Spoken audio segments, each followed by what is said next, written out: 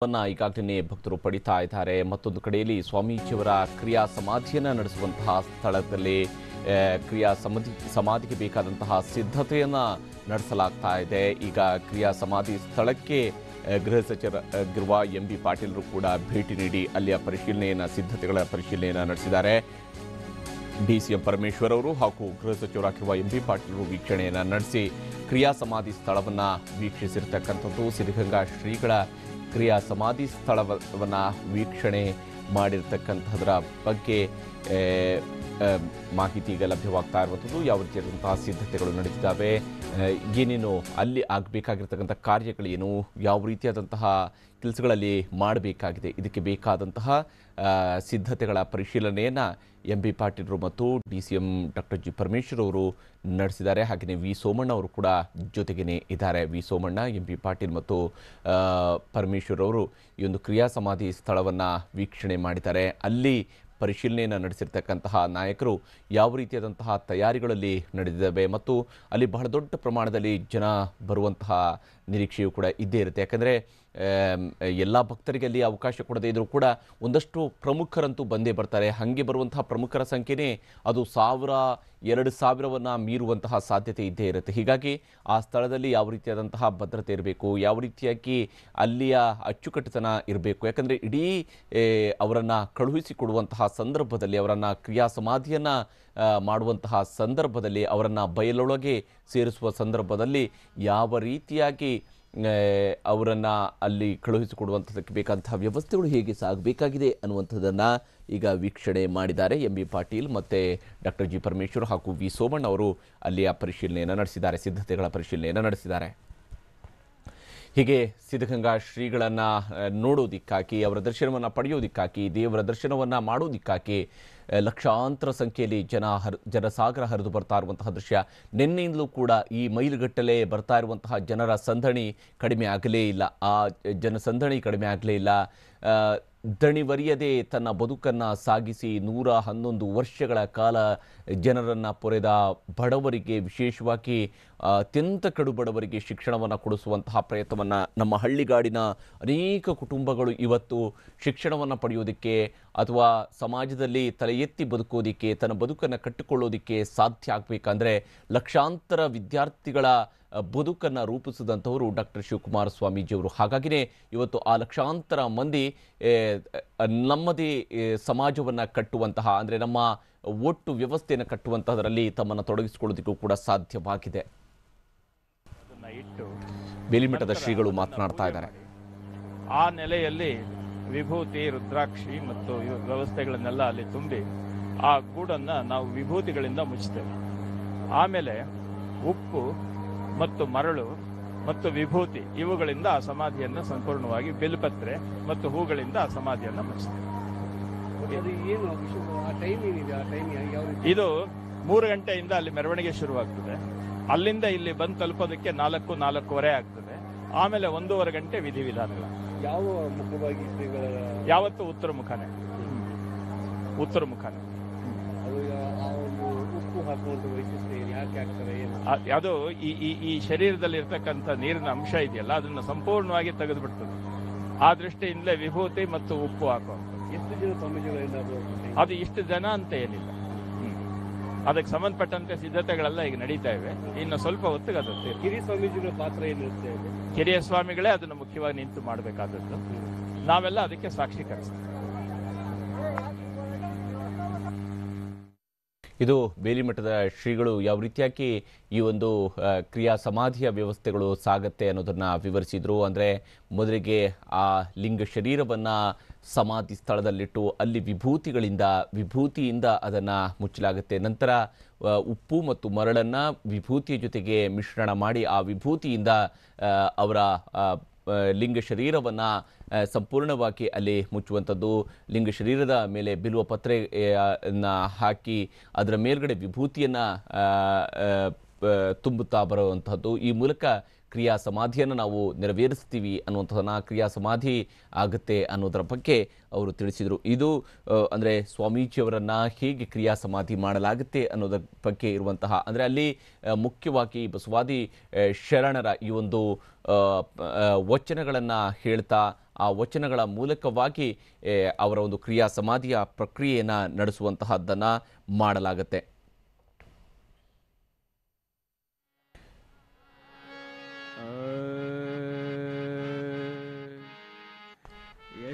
Professor ದೊಡ್ಡರಂಗೇಗೌಡರು ಹೇಳಿರ್ತಕ್ಕಂತಹ ಒಂದು ಮಾತು, ಗುರುವೇ ನಿಮ್ಮಯ ಜ್ಞಾನ ಕಿರಣಗಳ ಪ್ರಭೆಯಲ್ಲಿ ನಾಮಿಂದೆ, ನೀವು ಕಾಯುವಿರಿ ದಿನ ದಿನ ಕ್ಷಣ ಕ್ಷಣ ಬೆನ್ನ ಹಿಂದೆ.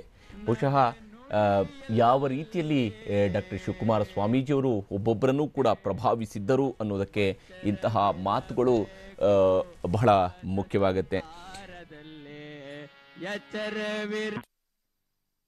ನಡೆ ನುಡಿಯಲ್ಲಿ ಮಚ್ಚರವಿರಬೇಕು, ಭವದ ಸಂಸಾರದಲ್ಲಿ ಎಚ್ಚರವಿರಬೇಕು.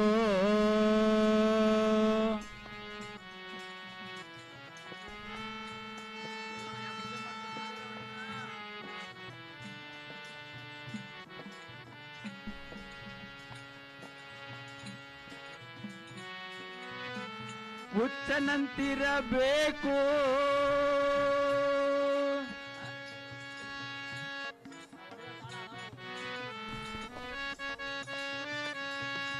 ಹುಚ್ಚನಂತಿರಬೇಕು ಜನರ ಕಣ್ಣಲ್ಲಿ, ಹುಚ್ಚನಂತಿರಬೇಕು ಜನರ ಕಣ್ಣಲ್ಲಿ.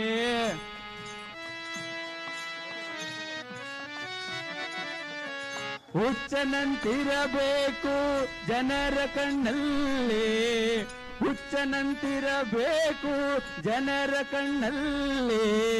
ಹಚ್ಚಬೇಕು ಮನವ ಲಿಂಗದಲ್ಲಿ, ಹಚ್ಚಬೇಕು ಮನವ ಲಿಂಗದಲ್ಲಿ. ಎಚ್ಚರವಿರಬೇಕು ನಡೆ ನುಡಿಯಲ್ಲಿ, ಮಚ್ಚರವಿರಬೇಕು ಭವದ ಸಂಸಾರದಲ್ಲಿ. ಎಚ್ಚರವಿರಬೇಕು ನಡೆ ನುಡಿಯಲ್ಲಿ.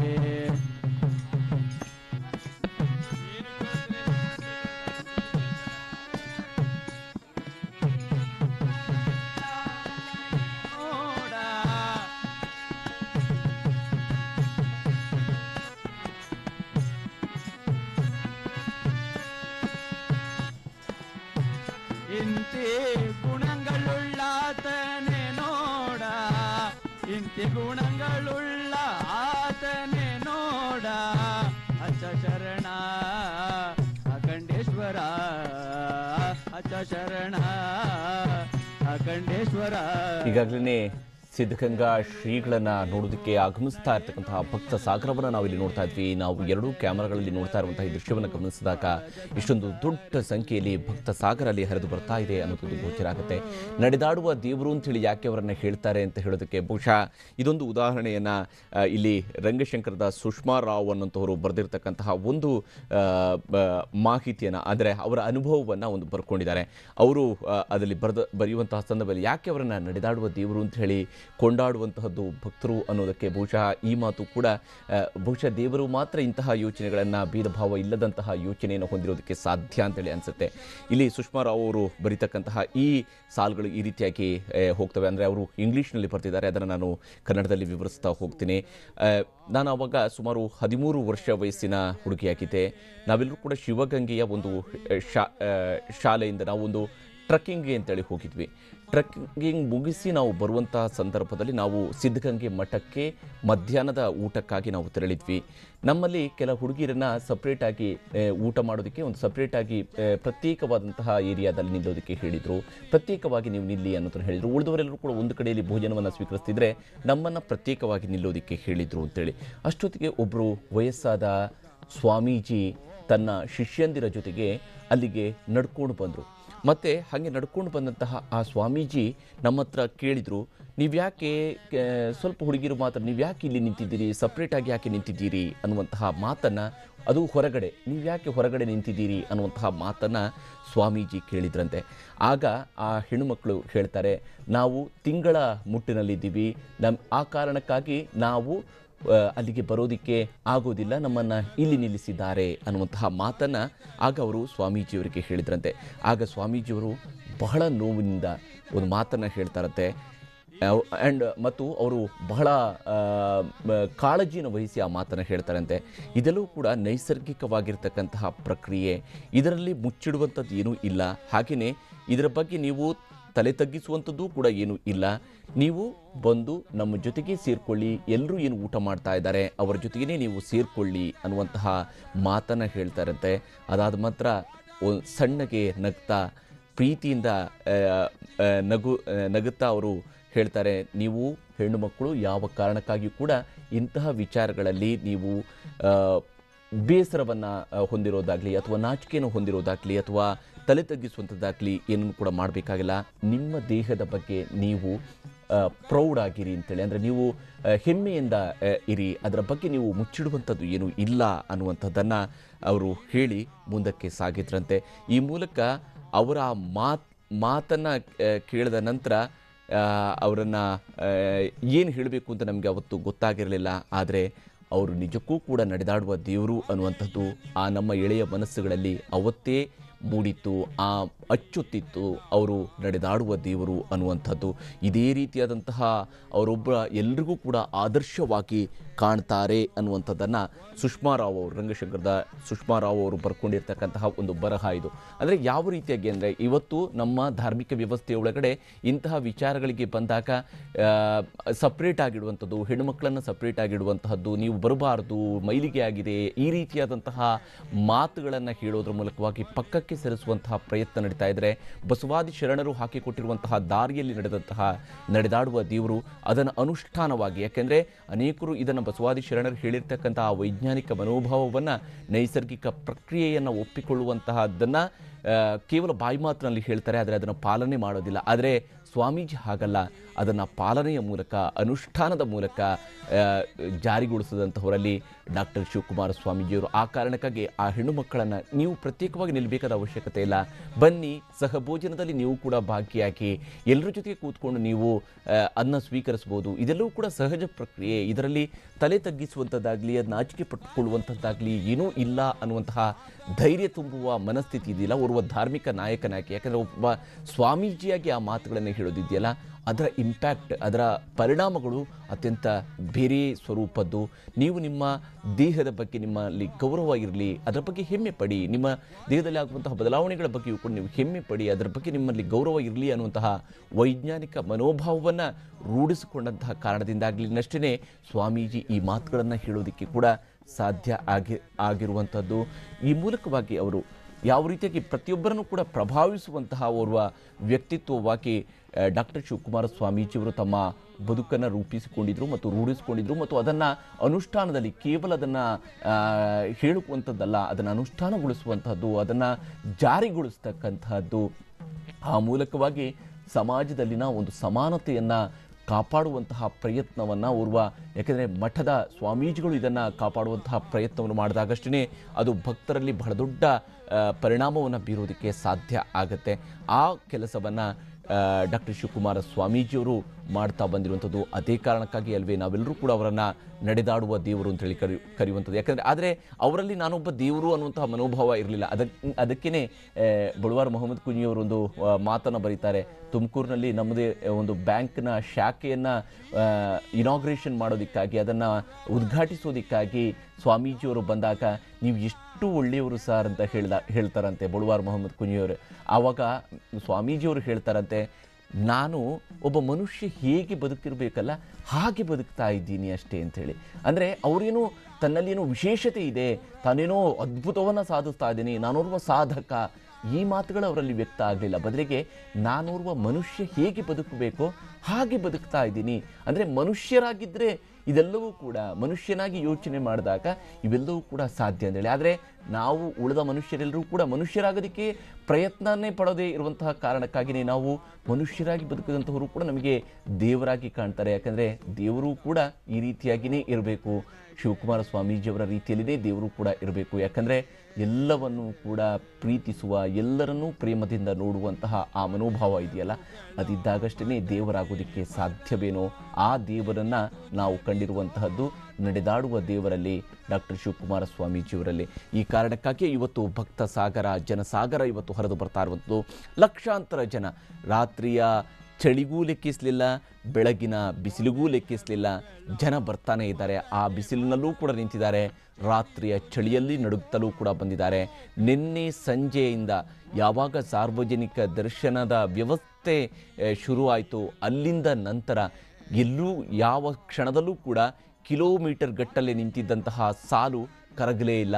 ಯಾಕೆಂದರೆ ಸ್ವಾಮೀಜಿ ತನ್ನ ಜೀವನ ಪರ್ಯಂತ 111 ವರ್ಷಗಳಿಗಿಂತ ಮೀರಿರ್ತಕ್ಕಂತಹ ತನ್ನ ಜೀವಿತಾವಧಿಯಲ್ಲಿ ಈ ಜನರಿಗಾಗಿ, ತನ್ನ ಸುತ್ತಲಿನ ಪರಿಸರದ ಜನರಿಗಾಗಿ, ತನ್ನ ಸಮಾಜಕ್ಕಾಗಿ, ಇಲ್ಲಿ ಸಮಾಜ ಅನ್ನುವಂಥದ್ದು ಯಾವುದೋ ಒಂದು ಜಾತಿಗೆ ಮೀಸಲಾಗಿರುವಂಥಲ್ಲ, ಸಮಾಜ ಅನ್ನುವಂಥದ್ದು ಯಾವತ್ತೂ ಕೂಡ ಎಲ್ಲ ಜಾತಿಗಳನ್ನು ಒಳಗೊಂಡಿರುವಂಥದ್ದೇ ಸಮಾಜ ಆಗೋದಕ್ಕೆ ಸಾಧ್ಯ. ಇವತ್ತು ನಾವು ಅನೇಕರು ನಮ್ಮ ಸಮಾಜ ಅಂತ ಹೇಳ್ಕೊಳ್ತೀವಿ, ಆದರೆ ಇಲ್ಲಿ ಸಮಾಜ ಅನ್ನುವಂಥದ್ದು ಎಲ್ಲ ಜಾತಿಗಳನ್ನು ಒಳಗೊಂಡಿರುವಂತಹ ಸಮಾಜ.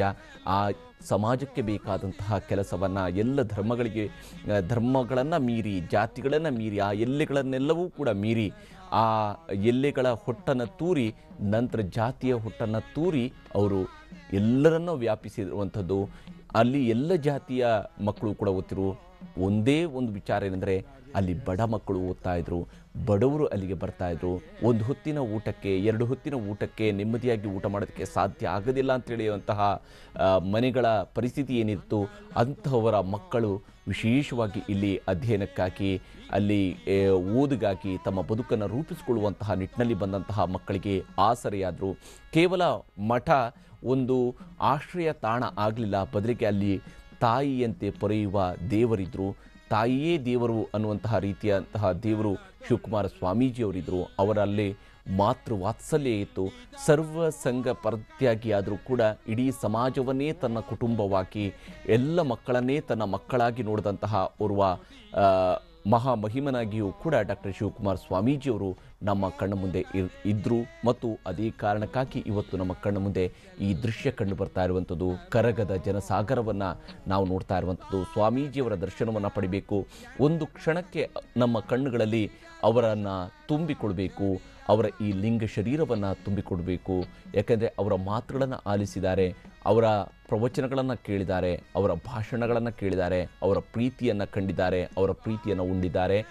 ಅಂತಹ ಲಿಂಗ ಶರೀರಿಯಾಗಿ ಇವತ್ತು ಕಾಣ್ತಾ ಇರುವಂತಹ ಡಾಕ್ಟರ್ ಶಿವಕುಮಾರ ಸ್ವಾಮೀಜಿಯವರ ಆಶೀರ್ವಾದ ಸದಾ ನಮ್ಮ ಮೇಲಿರಲಿ ಅನ್ನುವಂತಹ ಕಾರಣಕ್ಕಾಗಿ ಭಕ್ತರ ದಂಡು, ಅವರ ಅಭಿಮಾನಿಗಳ ದಂಡು ಹರಿದು ಬರ್ತಾ ಇರುವಂಥದ್ದು, ಜನಸಾಗರ ಹರಿದು ಬರ್ತಾ ಇರುವಂಥದ್ದು. ಇಡೀ ತುಮಕೂರಿನ ರಸ್ತೆಗಳಲ್ಲಿ ಹರಿದು ಬಂದಿರುವಂತಹ ಜನ ಆ ಎಲ್ಲವೂ ಕೂಡ ಒಂದೇ ಕಡೆಗೆ ಹರಿಯುತ್ತಾ ಇದೆ ಇವತ್ತು, ಅದು ಸಿದ್ಧಗಂಗೆಯ ಕಡೆಗೆ. ಯಾಕಂದರೆ ಸಿದ್ಧಗಂಗಾ ಶ್ರೀಗಳ ಚರಣವನ್ನು ಸ್ಪರ್ಶಿಸೋದಕ್ಕೆ ಇವತ್ತು ಸಾಧ್ಯ ಆಗದೇ ಇದ್ದರೂ ಕೂಡ ಅವರನ್ನು ಕಣ್ಣುಗಳಲ್ಲಿ ತುಂಬಿಕೊಳ್ಳೋದಕ್ಕೆ ಇವತ್ತು ಸಾಧ್ಯ ಆಗುತ್ತೆ. ಸುಮಾರು 30 ಕೋಟಿ ಭಕ್ತರಿಗೆ ಅವರು ತನ್ನ ಅವಧಿಯಲ್ಲಿ, ಅವರು ಪೀಠಾಧಿಪತಿಯಾಗಿದ್ದಂತಹ ಅವಧಿಯಲ್ಲಿ ದರ್ಶನವನ್ನು ನೀಡಿದ್ರಂತೆ. ಅಂದರೆ ಎಷ್ಟು ವ್ಯಾಪಕವಾಗಿ ಅವರು ಜನರನ್ನು ಪ್ರಭಾವಿಸಿದ್ದಾರೆ ಅನ್ನುವಂಥದ್ದನ್ನು ನಾವು ಗಮನಿಸ್ಬೋದು. 1-2 ತಲೆಮಾರುಗಳೆಲ್ಲವೂ ಕೂಡ, 2 ತಲೆಮಾರು, ಬಹುತೇಕ 2 ತಲೆಮಾರಿನ ಅವಧಿಯಲ್ಲಿ ಅವರು ಜನರನ್ನು ಪ್ರಭಾವಿಸಿರತಕ್ಕಂತಹದ್ದು ಕೂಡ ಬಹಳ ಮುಖ್ಯವಾಗಿರ್ತಕ್ಕಂಥದ್ದು. 89-90 ವರ್ಷಗಳ ಕಾಲ ಪೀಠಾಧಿಪತಿಯಾಗಿ ಕಾರ್ಯನಿರ್ವಹಣೆಯನ್ನು ಮಾಡಿ ಅತ್ಯಂತ ದಕ್ಷತೆಯಿಂದ ಇಡೀ ಸಿದ್ಧಗಂಗಾ ಮಠವನ್ನು ಕಟ್ಟಿ ಬೆಳೆಸಿದ್ದು ಮಾತ್ರ ಅಲ್ಲ, ಸಿದ್ಧಗಂಗಾ ಮಠ ಒಂದು ಜ್ಞಾನ ಕೇಂದ್ರವಾಗಿ, ಶಿಕ್ಷಣ ಕೇಂದ್ರವಾಗಿ ರೂಪುಗೊಳಿಸಿ ಅದನ್ನು ಸಮಾಜದ ಕೇಂದ್ರ ಬಿಂದುವಾಗಿ ರೂಪಿಸಿದಂಥವರು ಡಾಕ್ಟರ್ ಶಿವಕುಮಾರ ಸ್ವಾಮೀಜಿಯವರು. ಪರಮದಯಾಕರ ಗಣವರ ಷಡ್ವರ ರಾಧವರಿಗೆ ವಸವೈ ಶಿವ ಶಿವ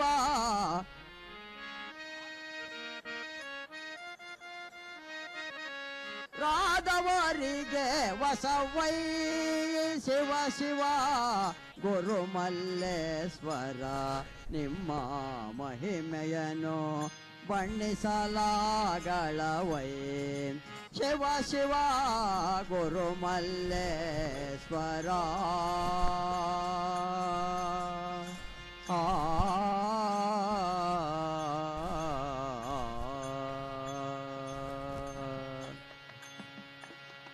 ನಿರುತ್ತವೋ ನಿಗಮನೆ ಕರಗಳ್ ಮೋದದಿಂದ ಅರಸುವ ಚರಣವನು ಶಿವ ಶಿವ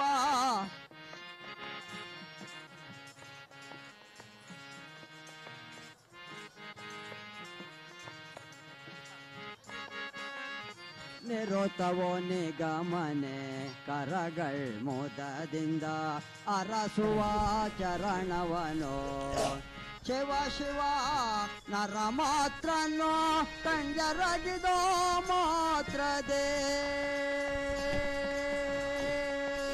ಹೀಗೆ ಸಿದ್ಧಗಂಗಾ ಶ್ರೀಗಳ ಸ್ಮರಣೆಯನ್ನ ಜನ ಮಾಡ್ತಾ ಇರುವಂಥದ್ದು, ಆರಾಧನೆಯನ್ನ ನಡೆಸ್ತಾ ಇರುವಂತಹದ್ದು, ಆರಾಧನೆ ಕೂಡ ಸಾಗ್ತಾ ಇದೆ. ಹಾಗೆಯೇ ಮತ್ತೊಂದು ಕಡೆಯಲ್ಲಿ ಆಹಾರದ ತಯಾರಿ, ಪ್ರಸಾದದ ತಯಾರಿ ಸಾಗ್ತಾ ಇರುವಂಥದ್ದು. ಭಕ್ತರಿಗೆ ಬಂದಿರತಕ್ಕಂತಹ ಭಕ್ತರೆಲ್ಲರಿಗೂ ಕೂಡ ದಾಸೋಹ ಮುಂದುವರಿಯುತ್ತೆ. ಯಾಕಂದರೆ ಇಲ್ಲಿ ಹಚ್ಚಿದ ಬೆಂಕಿ ಇದುವರೆಗೂ ಕೂಡ ಆರಿಯೇ ಇಲ್ಲ. ಹೀಗಾಗಿ ಸ್ವಾಮೀಜಿಯವರು ಶಿವಪಾದವನ್ನು ಸೇರಿರಬಹುದು, ಆದರೆ ಅವರು ಹಚ್ಚಿರುವಂಥ